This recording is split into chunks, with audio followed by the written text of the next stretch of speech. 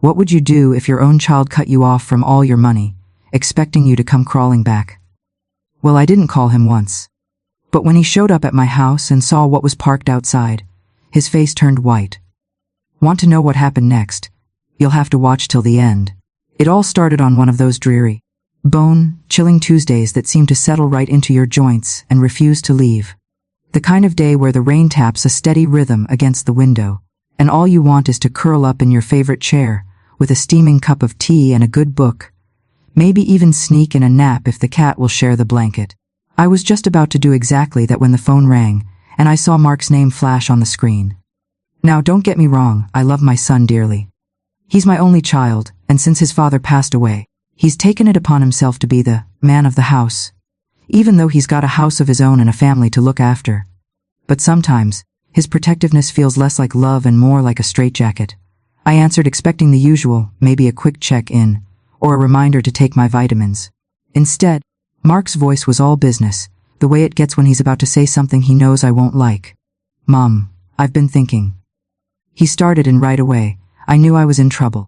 "I think it's best if I manage your accounts for a while. Just to keep things safe." Now, I'm not a fool. I know what keep things safe means. It means he doesn't trust me not to buy another set of those fancy garden gnomes I like to sneak into the backyard.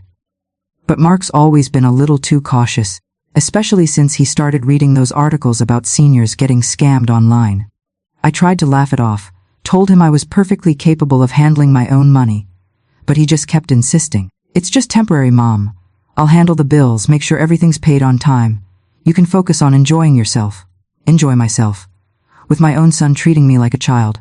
I bit my tongue, not wanting to start a fight, and told him I'd think about it. But Mark, being Mark, had already made up his mind. The next morning, I went to the grocery store, list in hand, ready to pick up the usual milk, eggs, a little chocolate for emergencies. I got to the checkout, swiped my card, and nothing. Declined. I tried again, thinking maybe I'd entered the wrong PIN. Declined. The cashier gave me that look, the one, half pity, half impatience. I could feel my cheeks burning as I fumbled for cash, but of course I'd left my wallet at home, thinking my card would be enough. I left the store empty-handed, my pride bruised and my stomach growling. On the drive home, I replayed the conversation with Mark in my head, getting angrier by the minute. How dare he? I may be in my late 50s, but I'm not senile. I've managed a household, raised a child, balanced checkbooks before there were apps to do it for you. And now, suddenly, I'm not trusted to buy my own groceries. I'll admit, for a moment, I considered calling him. Maybe I'd let him have his say, let him feel like the big man for a while, and then he'd give me back my access. But the more I thought about it, the more stubborn I became. I've never been one to back down from a challenge, and I wasn't about to start now. Besides, if I called him, it would only prove his point that I couldn't manage without him. And if there's one thing I can't stand, it's being underestimated. So, I did what any self-respecting woman would do. I got creative. I started by digging through the pantry, making meals out of whatever I could find. Turns out, you can do a lot with a can of beans and some old pasta. I called a few friends, swapped recipes, and even hosted a potluck. Everyone brought something, and we laughed about our mystery meals. It wasn't glamorous, but it was fun, and it reminded me that I wasn't alone. But the money issue was still there, looming over me like a dark cloud. I knew I had to figure something out, and fast. That's when I remembered the box of old jewelry tucked away in the back of my closet. Nothing fancy, just some pieces I hadn't worn in years. I took them to a local consignment shop, and to my surprise, they sold within a week. It wasn't a fortune, but it was enough to get by. I also started selling my homemade jams and pies at the farmer's market. I'd always loved baking, and people seemed to love my strawberry rhubarb. Before I knew it, I had regular customers, and a little extra cash in my pocket. It felt good, it felt great, to be doing something for myself, to prove that I could still stand on my own 2 feet. Of course, Mark kept calling, leaving messages asking if I was okay, if I needed anything. I ignored them, not out of spite, but because I needed to do this on my own. I needed him to see that I wasn't helpless, that I was still the same strong, capable woman who'd raised him. Looking back, I realized that Mark's actions came from a place of love, misguided as it was. He wanted to protect me, to make sure I was safe. But sometimes, the best way to show you care is to let someone figure things out for themselves. I may have stumbled, but I didn't fall, and I certainly didn't come crawling back. So let me ask you, have you ever had someone try to help, You by taking over. How did that go? Did you let them, or did you find your own way? I'd love to hear your stories. Because if there's one thing I've learned, it's that we're all a lot stronger than we think. If there's one thing I've learned in my 50-some years on this earth, it's that stubbornness isn't just a character flaw, it's a survival skill. Mark, bless his heart, thought I'd be on the phone within a day, maybe two, begging him to give me back access to my own money. He probably pictured me pacing the living room, wringing my hands, and staring forlornly at the phone. But if you're anything like me, you know that the more someone expects you to fold, the more determined you are to stand tall. So, I decided to give Mark the silent treatment, not out of spite, but out of principle. I wanted him to see that his mother was made of sterner stuff than he gave her credit for. The first few days were the hardest. I'd catch myself reaching for the phone, tempted to call and demand an explanation or at least a little respect. But every time I'd stop myself. Instead, I poured my energy into something productive. I've always loved to bake pies, jams, cookies, you name it. My kitchen is my sanctuary, and there's nothing quite like the smell of fresh bread or bubbling fruit filling to lift your spirits. So I dusted off my old recipe cards, tied on my favorite apron, and got to work. At first, it was just for me. I made a batch of strawberry rhubarb jam, using the last of the rhubarb from my garden. Then I made a few pies, apple, cherry, and of course, my famous pecan. I gave a few jars and slices to neighbors, and before I knew it, word had spread. One morning, Mrs. Jenkins from down the street knocked on my door, asking if she could buy a jar of jam for her granddaughter. Then Mr. Patel wanted a pie for his wife's birthday. It didn't take long for me to realize I had a little business on my hands. The local farmers market was just gearing up for the season, so I called the organizer and asked if they had a spot for a new vendor. "We always have room for homemade goodies," she said, and just like that, I was in business. I spent the next week baking up a storm, filling my kitchen with the sweet, comforting smells of sugar and spice. I even made little labels for my jars, Maggie's Memories, I called them, because every recipe had a story behind it. The first Saturday at the market, I was nervous. Would anyone actually buy my jams and pies, or would I end up hauling everything home feeling foolish? But as soon as I set up my table, people started stopping by. "Oh, I haven't had strawberry rhubarb since my mother made it." One woman sighed, buying 2 jars. Another man bought a whole pie, saying it reminded him of his childhood in Georgia. By noon, I was nearly sold out. I went home with a pocketful of cash and a heart full of pride. But I didn't stop there. I've always believed that when life throws you a curveball, you don't just duck, you swing for the fences. So when I saw a flyer at the community center looking for drivers for the senior shuttle service, I thought, why not? I've always enjoyed driving, and I figured it would be a good way to get out of the house, meet new people, and maybe earn a little extra money. The interview was a breeze. Turns out, they were desperate for reliable drivers who could handle a stick shift and a little sass. Let me tell you, driving that shuttle was an education in itself. The ladies who rode with me were a hoot, sharp, funny, and full of stories. I learned more about bingo politics than I ever thought possible. Did you know there's a whole underground world of bingo alliances and rivalries? Mrs. Alvarez once told me she'd been blacklisted from the Tuesday night game for calling bingo too enthusiastically. "It's not a crime to be excited, Maggie," she insisted, waving her cane for emphasis. Every day brought a new adventure.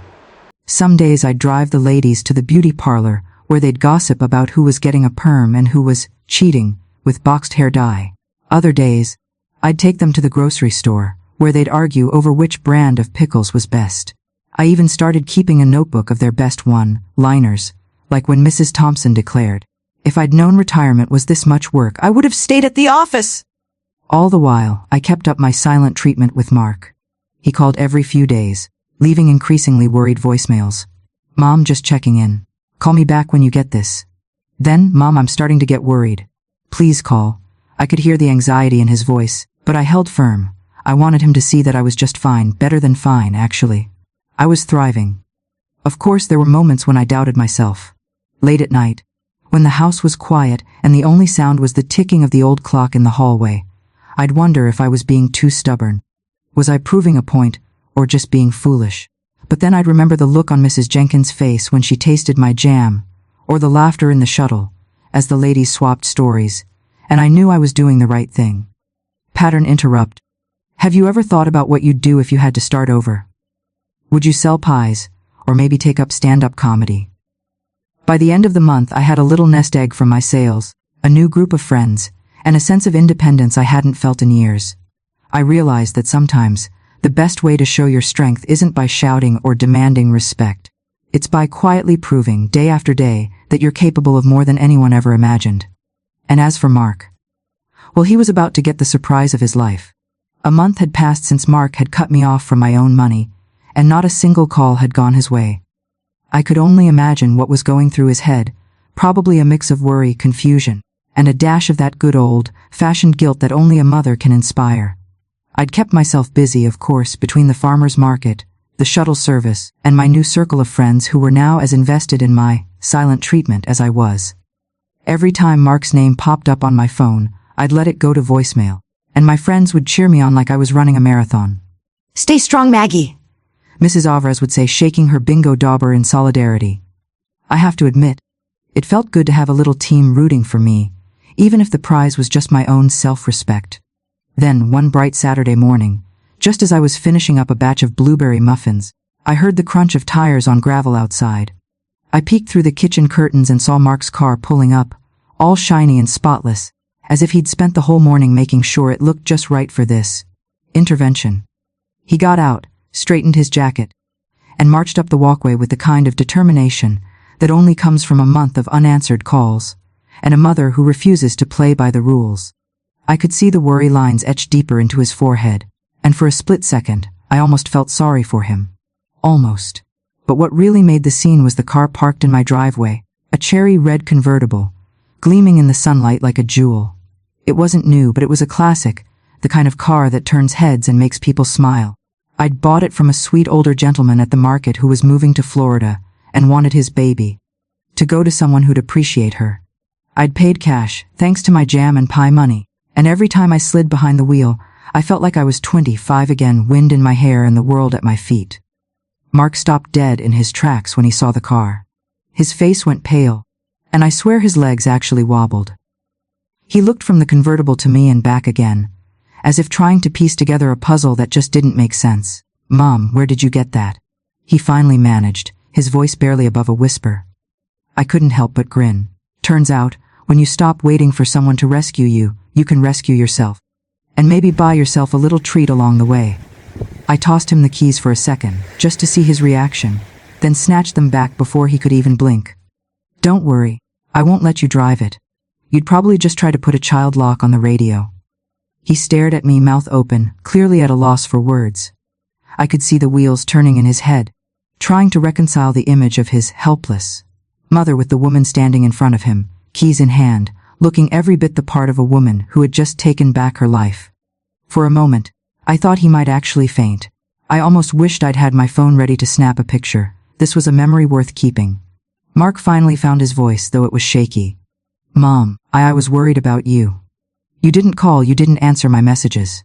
I thought maybe you were struggling." I put a hand on his arm, softer now. "I know you were worried, Mark, and I appreciate that you care. But you have to understand, I'm not a child. I've been through a lot in my life, and I've always found a way to land on my feet. This time was no different. In fact, I think I needed this little push to remind myself what I'm capable of."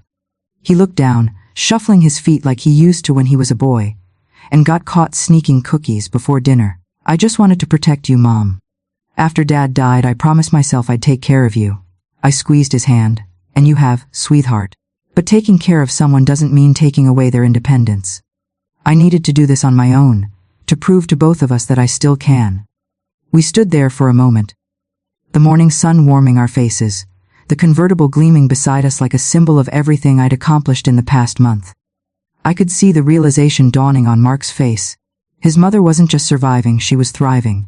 And maybe, just maybe, he could let go a little and trust that I'd be okay. I invited him inside for coffee and muffins, and as we sat at the kitchen table, I told him about my adventures at the farmer's market, the wild stories from the shuttle service, and the new friends I'd made. He listened, sometimes laughing, sometimes shaking his head in disbelief. "You really did all that?" he asked, a note of awe in his voice. "Every bit of it," I said, pouring him another cup. "And you know what? I'm not done yet. I've got plans, Mark. Big ones. Maybe I'll take a road trip in that convertible, see a little more of the world. Or maybe I'll start teaching baking classes at the community center. The point is, I'm not sitting around waiting for life to happen to me. I'm out there living it. He smiled then, really smiled, and I saw a weight lift from his shoulders. I guess I underestimated you, Mom. I winked. Most people do. But that's their mistake, not mine. We spent the rest of the morning catching up, and for the first time in a long while, I felt like we were equals, two adults, each with their own strengths and stories. As he left, Mark paused at the door, looking back at the convertible with a mixture of pride and disbelief. Just promise me you'll drive safe. Okay, I laughed.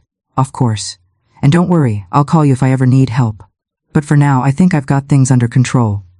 As he drove away, I stood in the doorway, keys in hand, feeling more alive than I had in years. Sometimes, the best way to prove your worth isn't by shouting or demanding respect. It's by quietly living your best life, one adventure at a time. And if that happens to involve a cherry, red convertible and a little bit of sass, well, all the better. After Mark's surprise visit and the unforgettable moment with the cherry, red convertible, something shifted between us. It was as if the air had cleared, the tension that had built up over the past month finally dissolving into something softer, more honest. Mark lingered longer than usual that Saturday, helping me clean up the kitchen after our muffin feast, and I could tell he was turning things over in his mind. He kept glancing at me, as if seeing me for the first time, not just as his mother, but as a woman with her own dreams, her own grit, and apparently her own taste in flashy cars. I could see the wheels turning, the realization dawning that his lesson had backfired in the most spectacular way. Instead of making me dependent, he'd reminded me just how independent I could be. That afternoon, we sat down in the living room, the sun streaming through the window and casting warm golden patches on the carpet. Mark looked at me, his eyes a little red around the edges, and finally let out a long sigh. "Mom, I'm sorry," he said, his voice thick with emotion. "I thought I was doing the right thing. I thought I was protecting you. But I see now that I was just, I don't know, trying to control things I had no right to control." I reached over and squeezed his hand, feeling a rush of love and forgiveness. "I know you meant well, Mark. You've always been a good son. But you have to understand, I've spent my whole life taking care of myself and this family. I may be getting older, but I'm not helpless. I still have a lot of living left to do." He nodded, a tear slipping down his cheek. "I guess I just got scared. After Dad died, I felt like it was all on me to make sure you were okay. I didn't want anything bad to happen to you." I smiled, brushing the tear away with my thumb. "I know, sweetheart, but you can't protect me from everything. Sometimes, you have to let people make their own mistakes and their own triumphs. That's how we grow. Besides, you should know by now that your mother is a lot tougher than she looks." We both laughed then. The kind of laughter that comes from relief and release, from finally saying the things that needed to be said. There were a few more tears too, but they were the good kind, the kind that water the soul and help new things grow. We talked for hours, sharing stories from the past month. I told him about the chaos and camaraderie of the farmer's market, the wild tales from the senior shuttle, and the unexpected joy of finding a new purpose at this stage in my life. He told me about his own worries, the sleepless nights, the guilt he felt every time I didn't answer the phone. It was as if we were meeting each other all over again, not just as mother and son, but as two adults navigating the messy, beautiful business of life. By the time the sun was setting, painting the sky in shades of pink and gold, we'd made a promise to each other. Mark promised never to underestimate his old mom again, and I promised to let him in a little more, to share my adventures and my struggles, so he wouldn't have to worry in silence. We hugged, a long, tight embrace that said everything words couldn't. As he left, he turned back at the door, a smile on his face. "Next time you buy a car, at least let me come along for the test drive." I laughed, waving him off. "Only if you promise not to critique my parallel parking." After he drove away, I sat on the porch, the convertible gleaming in the driveway, and let myself savor the moment. I felt lighter, freer, and more myself than I had in years. It struck me then that sometimes, the best way to prove your strength isn't by shouting or demanding respect, but by quietly living your truth and letting your actions speak for themselves. People will doubt you, they'll try to put you in a box. But the real power comes from showing them just how wrong they are. I thought back to all the times in my life when someone had underestimated me. When I went back to school after having Mark. When I started my own business out of our tiny kitchen.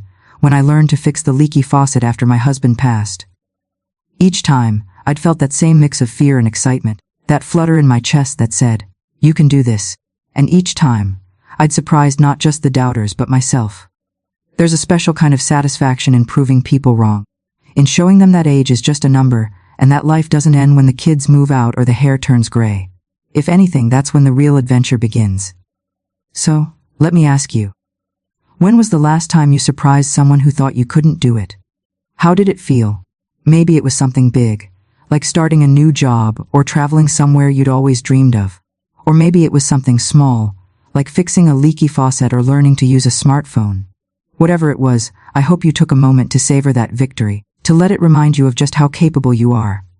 As for me, I'm not done surprising people yet. I've got plans, big ones. Maybe I'll take that convertible on a cross-country road trip. Or finally write that cookbook everyone's been asking for.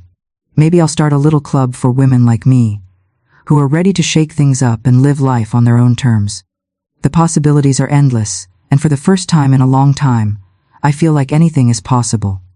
So here's to all the women out there who refuse to be underestimated, who keep proving the world wrong, one day at a time. We're stronger than we look, braver than we feel, and more capable than anyone gives us credit for. And if anyone doubts that, well, just wait until they see what we do next. If you enjoyed this story, and you're ready for more tales of resilience, laughter, and a little bit of sass, don't forget to hit that subscribe button, because ladies, life after 50 is just getting started, and I've got plenty more stories to share. Subscribe now, and let's show the world what we're made of.